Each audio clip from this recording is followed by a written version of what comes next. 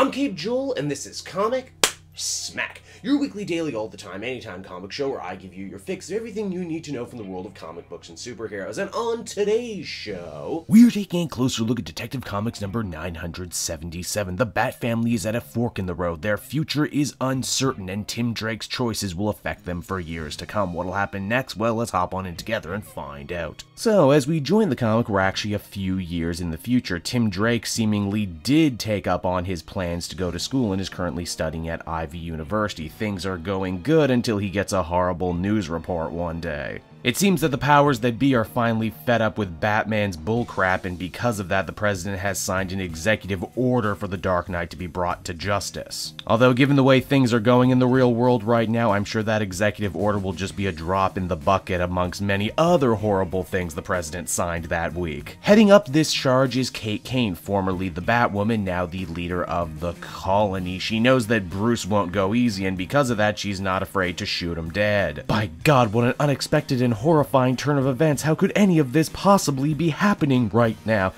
Well, it's because none of it's actually happening right now. What we're seeing here, highly elaborate simulation the General had put together on a bunch of files he managed to get from the time-traveling Tim Drake about how the Bat family's future could very well go down. You see, Ulysses S. Armstrong actually wants to help Tim Drake. He even trusts him enough to bring him into his innermost sanctum, which looks like Willy Wonka's chocolate factory if it was built by a weapon-loving sociopath. Right down to the Civil War era cannons and Nazi memorabilia, just in case you weren't getting a big enough creep vibe off the General just yet. What caused Ulysses' change of heart? Well, as we discover when he went through the future files, he discovered that the General as a supervillain was really just a blip on the Dark Knight's radar. You know, like if in the annals of history the Joker was considered Gwen Stefani, the General would be considered all those other guys from No Doubt. And if he's not gonna get famous as a bad guy, then he might as well try and save the world, right? Granted, he goes about it in probably one of the most backward ways possible by getting the Brother Eye program back online. He tempts Tim by saying, imagine if you had now the technology that you'll use to save the future minus all the horrible baggage that comes with it. But the General even uses that tried and true used car salesman trick of telling Tim that he doesn't have to do anything right now, just sleep on it. Now elsewhere, Luke Fox is telling his sister that she's going to have to run the company while he goes on the colony's crusade. At first she's not happy about it, but when she discovers that Kate is going to be babysitting her brother, she's on board. Wait, when did these two meet each other? If nothing else, James Tynion does clue in this issue that at the end of the previous Batwing solo series, Tamara was basically brain dead and now she's not. So, you know, one thing at a time.